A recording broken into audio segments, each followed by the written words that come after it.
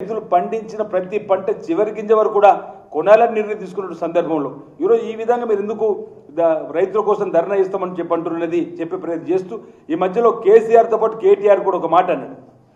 దానికి కూడా సమానం చెప్పాలి. మా సిరిసిల్ల జిల్లాకి ఏదో పని మీద వచ్చినప్పుడు చుట్టూ వస్తుండే ఈ మధ్యలో వచ్చినప్పుడు వారు కూడా ఇదే మాట, వారి దాన్ని కొనుగోలు చేస్తారని చెప్పి నేను లెక్క చూస్తే వాడు 25 నాడు ఒక కళ్ళం దగ్గరికి వెళ్ళింది. సిరిసిల్లాలో 25వ తేదీన మొన్నటి పోయిన 25వ తేదీన కళ్ళం దగ్గరికి వెళ్ళి ఇంకా కొనుగోలు స్టార్ట్ చేస్తలేరు ఈ ప్రభుత్వం చెప్పని.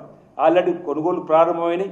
తీరా నేను వారి హయాంలో లాస్ట్ 22-23 తీద్దాం లెక్కలు తీస్తే 2022 సంవత్సరంలో 2022 సంవత్సరం వాళ్ళ ప్రభుత్వంలో 25వ తేదీ వరకు అసలు కొనుగోలు కేంద్రాలు ప్రారంభం చేయలేరు ఆ జిల్లాలో. రాష్ట్ర వ్యాప్తంగా కూడా అంతే కావచ్చు అనుకుంటా.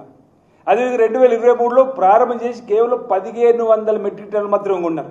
అదే 2022లో ఈ ప్రభుత్వం వచ్చిన తర్వాత వచ్చినటువంటి ఈ కాలం పంటను 54,000 మెట్రిక్ టన్నులు కొన్నాం.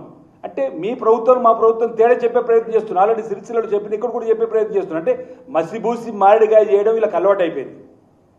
వీళ్ళు మసిబూసి మామిడికాయ చేయడం వీళ్ళకి అలవాటు అయిపోయిన సందర్భంలో లెక్కలతో సహా చెప్పే ప్రయత్నం చేస్తున్నాం. ఈ విధంగా సన్నబడ్లు పండించినటువంటి రైతులకు కూడా 500 రూపాయలు మేము బోనస్ ఇస్తా ఉన్నాం. అది కూడా లెక్క చెప్తాను నేను.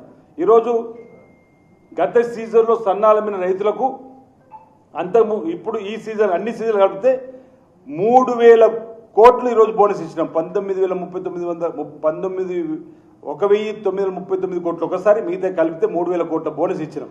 కేసీఆర్ ఎప్పుడైనా ఆలోచన చేసినా అని అడుగుతా ఉన్నా.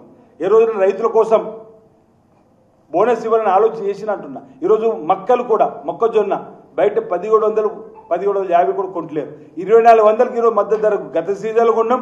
ఈ సీజన్లో కూడా మొక్కలు కొనుగోలు కేంద్రాల్లో మార్కెట్ ద్వారా ఏర్పడేసి కొనుగోలు చేసే ప్రయత్నం చేస్తాం. అసలు మీ హయాంలో ఎప్పుడన్నా మద్దతు ధర కొనుగోలు చేయాలని ఆలోచన కానీ, రైతులు నష్టపోతే ఒక 500 బోనస్ ఇద్దామని ఆలోచన.